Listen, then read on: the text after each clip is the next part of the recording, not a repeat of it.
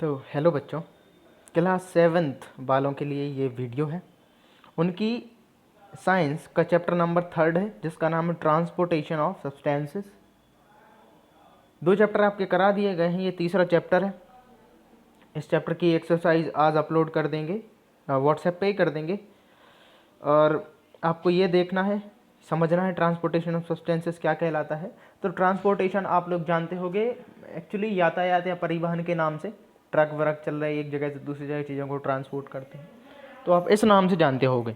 लेकिन हमारे शरीर में भी ट्रांसपोर्टेशन होता है, हाँ बिल्कुल होता है। लेकिन हमारे शरीर में कपड़ों का ट्रांसपोर्टेशन जैसे ट्रक वाले करते वैसा नहीं होता है। हमारे शरीर में अलग अलग चीज़ों का ट्रांसपोर्टेशन होता है। तो किन चीज़ों का ट्रांसपोर्टेशन होता है और कैसे ट्रांसपोर्टेशन होता है वो हम सब जानेंगे। हम में भी मतलब एनिमल्स में भी जानेंगे और छोटे छोटे माइक्रो ऑर्गेनिजम्स में भी जानेंगे। तो सब कुछ ट्रांसपोर्टेशन के बारे में पढ़ेंगे। ट्रांसपोर्टेशन आप समझ गए होंगे, परिवहन, एक जगह से दूसरी जगह चीज़ों को पहुंचाना। तो अभी देखें, इस चैप्टर को शुरू करें। लिखा है, living things have a transport system to transfer substances from one part of their body to another. उन्होंने कहा है लिविंग थिंग्स के पास एक ट्रांसपोर्ट सिस्टम होता है जिससे वो अपनी बॉडी के अंदर चीज़ों को एक जगह से दूसरी जगह पहुंचा लेते हैं। तो वो सिस्टम जो लिविंग बॉडी के अंदर एक जगह से दूसरी जगह चीज़ों को पहुंचा रहा हो वो ट्रांसपोर्टेशन सिस्टम कहलाता है। In case of plants the transportation take place through connections called vascular bundle. और प्लांट के केस में जो ट्रांसपोर्टेशन है वो वास्कुलर बंडल नामक टिश्यूज से होता है। देखो ध्यान से समझना, ट्रांसपोर्टेशन का सिंपल सा मतलब है एक जगह से दूसरी जगह चीज़ों को ले जाना। जैसे प्लांट के केस में पत्तियों में ग्लूकोज बनेगा, पत्तियों में खाना बनेगा, फोटोसिंथेसिस वो करेंगे। जड़ को खाना चाहिए है ना, जड़ तो फोटोसिंथेसिस करेगी नहीं, तो पत्तियों से जड़ तक खाना पहुंचाया जाता है, जड़ से पत्तियों तक पानी पहुंचाया जाता है। ऐसे ही हम में क्या होता है, हम जो जैसे सांस ली हमने, तो जो ऑक्सीजन है वो ऑक्सीजन को अलग अलग जैसे पाँव की सेल्स तक भी पहुंचाना है, तो किसके थ्रू, ब्लड के थ्रू पहुंचाएंगे। तो सब कुछ ये ट्रांसपोर्टेशन कहलाता है, एक जगह से दूसरी जगह चीज़ों को पहुंचाना। और उनने कहा है कि प्लांट के केस में जो ट्रांसपोर्टेशन है वो वास्कुलर बंडल से होता है। In animals and human beings substances are transported through proper system called circulatory system. उन्होंने कहा है कि एनिमल और ह्यूमन बींग में जो सब्सटेंसेस हैं वो प्रॉपर सिस्टम से सर्कुलेट होते हैं। मतलब उनका जो ट्रांसपोर्टेशन सिस्टम वो प्लांट से ज़्यादा एडवांस, ज़्यादा अच्छा होता है, और इस सिस्टम को सर्कुलेटरी सिस्टम कहते हैं। तो देखो, प्लांट के केस में ट्रांसपोर्टेशन हो रहा वास्कुलर बंडल से, और एनिमल्स के केस में जो ट्रांसपोर्टेशन हो रहा वो हो रहा है सर्कुलेटरी सिस्टम से। अब देखो पढ़ें, the function of food and water is not to just enter and exit the body. The nutrient in them are absorbed to give energy. उन्होंने कहा है कि फूड और वाटर जो हम लेते हैं, खाते पीते हैं, उनका काम सिर्फ हमारी बॉडी में अंदर आना और बाहर निकलना नहीं होता है। उनमें जो न्यूट्रिएंट मौजूद होते हैं उनको हम लेते हैं और क्या करते हैं, उनसे एनर्जी निकालते हैं। मतलब सिंपल सी बात है कि फूड को हम खाते हैं तो उसको एब्जॉर्ब करते हैं, ऐसे नहीं डायरेक्ट निकाल देते। आगे लिखा है टू गिव एनर्जी, वो हमको एनर्जी देता है food, absorbed food. This energy help to carry out various life processes. अलग अलग लाइफ प्रोसेस, जैसे जिंदा रहने के लिए जो प्रोसेस की जाएगी वो लाइफ प्रोसेस, जैसे ब्रीथिंग हुआ, रेस्पायरेशन हुआ, एक्सक्रीशन हुआ, रिप्रोडक्शन हुआ, डाइजेशन हुआ, सब कुछ लाइफ प्रोसेस कहलाता है। तो ये लाइफ प्रोसेस करने में वो एनर्जी हमारी मदद करती है। The substances produce in one part of the body must reach the other part of the body for different purpose. उन्होंने कहा है कि जो सब्सटेंस एक जगह पे बने हैं उनको दूसरी जगह पे पहुंचना ही होता है, तभी उसका काम, इसका फ़ायदा होता है। जैसे अगर हमने एनर्जी बना ली किसी भी एक सेल के अंदर, या किसी भी एक सेल के अंदर ग्लूकोज रख लिया, या स्मॉल इंटेस्टाइन में ग्लूकोज इकट्ठा कर लिया, सबसे सिंपल है, तो उसको पूरे शरीर में तो पहुंचाना है। स्मॉल इंटेस्टाइन में रख के क्या हम उसका भरता बनाएंगे? कोई ज़रूरत नहीं है उसकी वहाँ पर, क्योंकि सारे शरीर को एनर्जी चाहिए ना भाई, सारे शरीर को ग्लूकोज चाहिए, तो सब जगह पे पहुँचाया जाता है, तभी उनकी सार्थकता सिद्ध होती है। This is when the circulatory system work to carry nutrient, water and other waste substances. और यहीं पर हमारा सर्कुलेटरी सिस्टम काम आता है। तो ये जो एसेंशियल न्यूट्रिएंट है, जरूरी न्यूट्रिएंट है, पानी और दूसरे सब्सटेंसेस हैं, उनको एक जगह से दूसरी जगह पहुंचाता है। अब देखो transportation of substances in living beings. Living beings में सब्सटेंस का ट्रांसपोर्टेशन के बारे में पढ़ना है। Transportation of substance is essential in living beings so that oxygen, food and water are transported to all parts of the body. उन्होंने कहा है कि जो सब्सटेंस का ट्रांसपोर्टेशन है वो एसेंशियल है लिविंग बींग्स में, ताकि ऑक्सीजन, फूड और वाटर एक जगह से दूसरी जगह पर पहुंच सकें। ऑक्सीजन कहाँ से कहाँ पहुंचेगी? लंग्स से पहुंचेगी पूरी बॉडी में, हर एक सेल तक। फूड कहाँ से पहुंचेगा? स्मॉल इंटेस्टाइन में एब्जॉर्ब हो जाएगा, उससे पूरी बॉडी में पहुंचेगा। और वाटर भी हर जगह पे स्टमक या स्मॉल इंटेस्टाइन या लार्ज इंटेस्टाइन में एब्जॉर्ब होके हर जगह पहुंचेगा। तो हर एक सेल तक पहुंचाना है। और हर एक सेल तक क्या जाता है ह्यूमन में, ये बताओ। लिविंग बीइंग में, ह्यूमंस में हर एक सेल तक जाएगा ब्लड, ठीक है, लगभग। तो ब्लड में सब कुछ जाता है, वो बाद में पढ़ेंगे हम लोग। आगे देखते हैं। The waste substances also need to be transported to the specific organs for excretion of waste substance. जैसे लार्ज इंटेस्टाइन में बन गया, उसको भी हमको एनस तक पहुंचाना पड़ता है ताकि उसका एक्सक्रीशन हो सके, इजिशन हो सके, नहीं तो वो हमारी बॉडी को नुकसान पहुंचाएगा। ऐसे यूरिया जो बन जाती है लिवर वगैरह में, यूरिक एसिड, उनको अलग पहुंचाना पड़ता है किडनीज तक। Transportation take place with the help of special organs and organ system. अलग ट्रांसपोर्टेशन के लिए भी ऑर्गन सिस्टम है, जैसे डाइजेशन के लिए थे। Depending on the body size and structure, living beings have different kind of transportation system. तो जितना बड़ा लिविंग ऑर्गेनिज्म होगा, मतलब जितना एडवांस लिविंग ऑर्गेनिज्म होगा, उतना कॉम्प्लेक्स उसका एक्सक्रीशन या ट्रांसपोर्टेशन सिस्टम होगा। तो मतलब जैसा सिंपल ऑर्गेनिज्म है तो सिंपल ट्रांसपोर्टेशन, और अगर कॉम्प्लेक्स ऑर्गेनिज्म है तो कॉम्प्लेक्स ट्रांसपोर्टेशन। कॉम्प्लेक्स मतलब इंसान, सिंपल मतलब यूनिसेलुलर। देखते हैं transportation of substances in animal. अब एनिमल में सब्सटेंस का ट्रांसपोर्ट एक जगह से दूसरी जगह पे सब्सटेंस एनिमल्स में कैसे पहुंचाए जाते हैं। अभी तक तो उन्होंने सिंपल सी बात कही, ये सेल देख लेना, पढ़ लेना, ये मैं बता चुका हूँ। अब है unicellular organism like amoeba, paramecium and bacteria do not have circulatory system. जो यूनिसेलुलर ऑर्गेनिज्म है भाई, वो खुद सेल के साइज के होते हैं, एक सेल के साइज के। तो उनमें क्या सर्कुलेटरी सिस्टम होगा? ब्लड की एक सेल के मतलब ब्लड सर्कुलेटरी सिस्टम के, या फिर ब्लड वेसल की एक सेल के साइज के होंगे, तो उनमें सर्कुलेटरी सिस्टम नहीं होगा। Substances move in and out of the cell through the cell wall और द सेल मेम्ब्रेन। इसमें सेल वॉल या सेल मेम्ब्रेन, इसका जो बाहर का आवरण है, इसी के थ्रू या तो अंदर आएगा या बाहर जाएगा, यानी इसी के थ्रू ट्रांसपोर्ट होता है। The membrane select whether to take in और let out the substances depending on its concentration. और ये मेम्ब्रेन है जो निर्धारित करती है कि कौन सा पदार्थ हमको बाहर भेजना है और कौन सा अंदर लेना है, ठीक है। The substances move from a region of higher concentration to a region of lower concentration. यानी कि कंसंट्रेशन मतलब होता है उसका मात्रा उसकी, ठीक है, एक तरह से सिंपल फॉर्म में उसकी मात्रा। तो हायर कंसंट्रेशन मतलब ज़्यादा मात्रा जहाँ होगी, उससे लोअर कंसंट्रेशन मतलब कम मात्रा की ओर जाएगा। फॉर एग्जाम्पल, अगर शरीर के बाहर पानी ज़्यादा है, शरीर के अंदर पानी कम है, तो सेल क्या मतलब सेल के अंदर पानी की कमी है, तो सेल बाहर से अंदर पानी ले लेगी, ठीक है। और या फिर सपोज ज़्यादा उसने पानी ले लिया, बाहर कम है एनवायरनमेंट में, तो वो अंदर से बाहर भी भेज सकती है। देखो आगे देखो, this is how transportation of substances occur in unicellular organism. Unicellular organism में ऐसे ही ट्रांसपोर्टेशन ऑफ सब्सटेंस होता है, एक जगह से दूसरी जगह सब्सटेंस जाते हैं। तो कहा है this is how transportation of substances occur in unicellular organism. Unicellular या एक कोशिकीय जीवों में ऐसे ही ट्रांसपोर्टेशन होता है। इनकी सेल मेम्ब्रेन डिसाइड करती है कंसंट्रेशन के आधार पर, मात्रा के आधार पर। हायर कंसंट्रेशन जहाँ होगा उससे लोअर कंसंट्रेशन की ओर सब्सटेंस ये ले लेगी।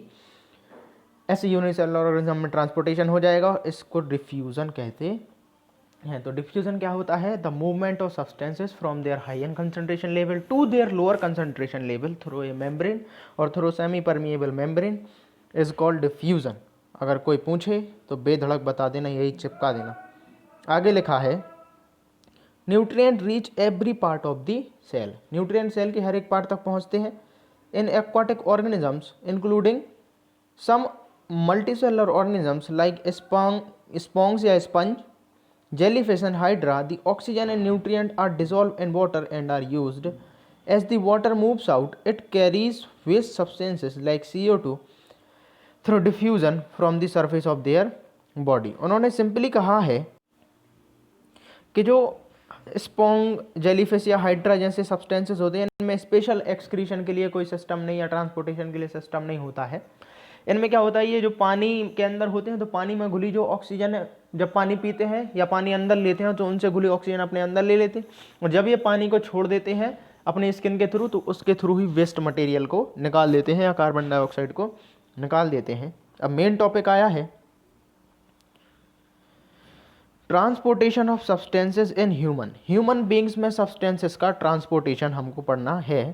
तो देखो, in higher multicellular organisms like humans, a fluid medium called blood circulate within closed channels or tubes called blood vessels। उन्होंने कहा है कि हायर मल्टीसेलुलर ऑर्गेनिजम्स या फिर उच्च श्रेणी के जो बहुकोशिकीय जीव हैं, जो सबसे विकसित जीव हैं जैसे इंसानों में, उनमें एक फ्लूइड मीडियम, एक तरल माध्यम एक काम करता है जो कि शरीर के पदार्थों को एक जगह से दूसरी जगह ले जाता है।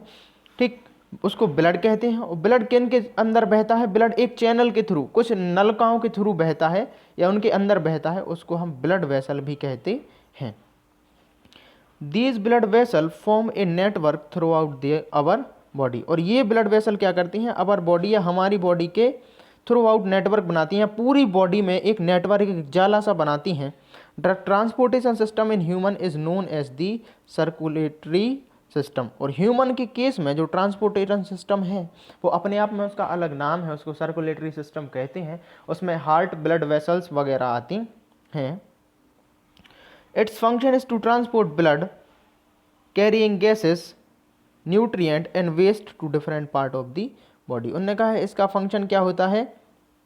ब्लड को, जिसमें गैस, न्यूट्रिएंट और वेस्ट मटेरियल है, उसको एक जगह से दूसरी जगह पे पहुंचाना। हाँ, हमारा शरीर ब्लड में गैसेस मिला देता है, जैसे ऑक्सीजन, कार्बन डाइऑक्साइड, न्यूट्रिएंट मिला देता है, फूड के ग्लूकोज वगैरह, waste material urea, uric acid भी मिला देता है। तो इनको शरीर के एक ऑर्गन से दूसरे ऑर्गन तक, खास ऑर्गन तक ले जाया जाता है, ब्लड ही ले जाता है। The heart, blood and blood vessels together makeup circulatory system in human. तो जो सर्कुलेटरी सिस्टम इन ह्यूमन है, हार्ट, ब्लड और ब्लड वेसल्स आता है। तो हमको तीनों के बारे में जानना है, हार्ट क्या, ब्लड वेसल क्या, तब हम सर्कुलेटरी सिस्टम को समझ पाएंगे। तो चलो देखते हैं ब्लड। सबसे पहले उन्होंने ब्लड के बारे में बताया है, इसको आप खून या रक्त के नाम से भी जानते होंगे। ब्लड देखते हैं। Blood is a red coloured fluid that flows through closed narrow tubes.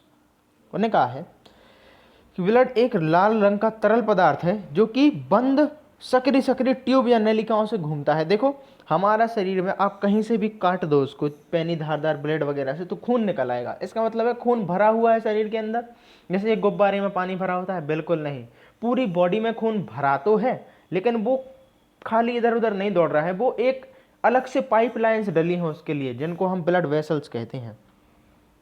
It transport gases, nutrient, secretions as well as waste material from one part to the another part. तो हम ये बता चुके हैं कि एक जगह से दूसरी जगह भेजें। सिक्रीशन का मतलब है कि कुछ ग्लैंड्स के सिक्रीशन निकलते हैं, जैसे ग्रोथ हार्मोन निकला पिट्यूटरी से, तो ये भी एक जगह से दूसरी जगह ले जाते हैं सिक्रीशन को। Blood is composed of a yellowish liquid called plasma which contain different blood cell. Blood में जो है एक येलोइश लिक्विड होता है, पीला सा लिक्विड होता है, जिसको प्लाज्मा कहते हैं। देखो, ब्लड लाल होता है उसका रंग आरबीसी की वजह से, रेड ब्लड सेल की वजह से। बाकी ब्लड का जो प्लाज्मा है या फिर वाटर वाला कंटेंट है वो येलोइश कलर का होगा, हल्का पीला कलर का। The cells that are found in plasma are red blood cell, white blood cell and platelets. तो उस प्लाज्मा में 3 तरह की अलग अलग सेल पाई जाती हैं, जिनको आरबीसी, डब्ल्यूबीसी और प्लेटलेट्स कहते हैं। अब डब्ल्यूबीसी के भी अपने कई टाइप होते हैं, तो हम देखें जरा आरबीसी, डब्ल्यूबीसी और प्लेटलेट्स के बारे में। Red blood cell, white blood cell और ब्लड प्लेटलेट्स, ये होती क्या है, इनका काम क्या होता है, ये दिखती कैसे हैं। तो देखो, circular in shape, red blood cell गोल होंगी, गोलाकार होंगी आकार में। इर्रेगुलर इन शेप, इनका कोई भी आकार खास नहीं होगा, किसी भी इर्रेगुलर आकार की हो सकती है, उस आकार को कोई हम नाम नहीं दे सकते। और जो ब्लड प्लेटलेट्स हैं, ठीक है, वो कैसी होगी, स्मॉल होगी, इरेगुलर शेप होगी और फ्रेगमेंट ऑफ सेल्स होंगी, यानी कि छोटी छोटी होगी, इरेगुलर होगी, सेल के छोटे छोटे से टुकड़े फ्रेगमेंट होंगे ये। अब लिखा है contain a pigment called haemoglobin which gives the blood red colour. RBC में एक हीमोग्लोबिन नाम का पदार्थ पाया जाता है जिसके कारण खून का रंग लाल होता है। इसमें है colourless is they do not contain any pigment, और इनका ये कलरलेस होती हैं, सफ़ेद वाली और लाल वाली तो आरबीसी हैं, इनमें कोई भी पिगमेंट कोई भी वर्णक नहीं होता है, ये भी कलरलेस होती हैं। तो वाइट भी डब्ल्यूबीसी और प्लेटलेट्स कलरलेस होती हैं और आरबीसी जो है वो रेड कलर की होती हैं। तो आप समझ पा रहे होंगे ब्लड को लाल रंग कौन देता है, आरबीसी ही देती हैं। Transport oxygen and carbon dioxide to different part of the body, शरीर के एक पार्ट से दूसरी पार्ट में क्या क्या इनका काम क्या होता है, ऑक्सीजन और कार्बन डाइऑक्साइड को पहुंचाना। इनका काम क्या हो, fight and destroy the germs that enter the body, our body. तो जो हमारी बॉडी में जर्म्स आए हैं उनको मारने का काम किसका होता है, उनको मारने का काम होता है डब्ल्यूबीसी का। Clot blood and stop bleeding at wound area, और घाव वगैरह जब हो जाते हैं तो थोड़ी देर में काला काला चकता पड़ जाता है वहाँ पर, यानी कि ब्लड ज़्यादा ना बहे इसलिए वहाँ पर जमाव आ जाता है स्किन हटने के बाद। तो उस थक्के को, उस चकते को, उस जमाव को किसने बनाया है, ब्लड प्लेटलेट्स ने बनाया है, ताकि हमारा खून बहे ना, खून बह जाएगा तो हमें दिक्कत हो जाएगी, ठीक है। तो ये उसके काम हो गए। दे आर ऑल्सो एरिथ्रोसाइट, इनको एरिथ्रोसाइट कहते हैं, आरबीसी को, डब्ल्यूबीसी को ल्यूकोसाइट कहते हैं और ब्लड वेसल्स ब्लड प्लेटलेट्स को थ्रोम्बोसाइट कहते हैं। तो ये है ल्यूकोसाइट, ये है एरिथ्रोसाइट, ये ल्यूकोसाइट और ये thrombocyte. Erythrocyte, leucocyte, thrombocyte, erythrocyte, leucocyte और थ्रोम्बोसाइट, नाम ध्यान से सुन लेना, अगर नहीं भी याद हो तो 2-3 बार पढ़ना, याद हो जाएंगे, कोई दिक्कत नहीं है। अब है the function of blood are as follows, blood का काम क्या क्या होता है वो तुमको यहाँ बताया जाएगा विस्तार से। पहला है it transport digested food from the small intestine to the other part of the body, digested food को छोटी आंत से पूरे शरीर में पहुंचाने का काम होता है ब्लड का। दूसरा it carries oxygen from the lungs to the different part of the body and carbon dioxide from different part to the lungs, lungs से पूरे शरीर में ऑक्सीजन ले जाती है और पूरे शरीर से कार्बन डाइऑक्साइड इकट्ठा करके लंग्स में छोड़ जाती है, ये ब्लड वेसल्स या ब्लड छोड़ जाता है। तीसरा है it carries waste product from the cells to the kidneys for excretion, क्योंकि सेल्स में बहुत सारी मेटाबॉलिक एक्टिविटी हो रही है तो वेस्ट प्रोडक्ट बनना लाजमी है। तो ये वेस्ट प्रोडक्ट कहाँ पर जाता है, ये वेस्ट प्रोडक्ट किडनीज तक पहुँच जाता है ब्लड के थ्रू, जहाँ पर ये एक्सक्रीट आउट हो जाता है। The platelet help in clotting when there is an injury और cut thus preventing the loss of blood, और प्लेटलेट्स का काम होता है कि लॉस ऑफ ब्लड को कम करना अगर इंजुरी हो जाए। तो आपको ये सब पता चल गया है, ब्लड वेसल्स, ब्लड अलर्ट के बारे में सब कुछ पता चल गया है। अब हम पढ़ेंगे ब्लड वेसल्स के बारे में, वो पढ़ेंगे अगले भाग में, अगले पार्ट में। तब तक के लिए शुक्रिया, थैंक यू।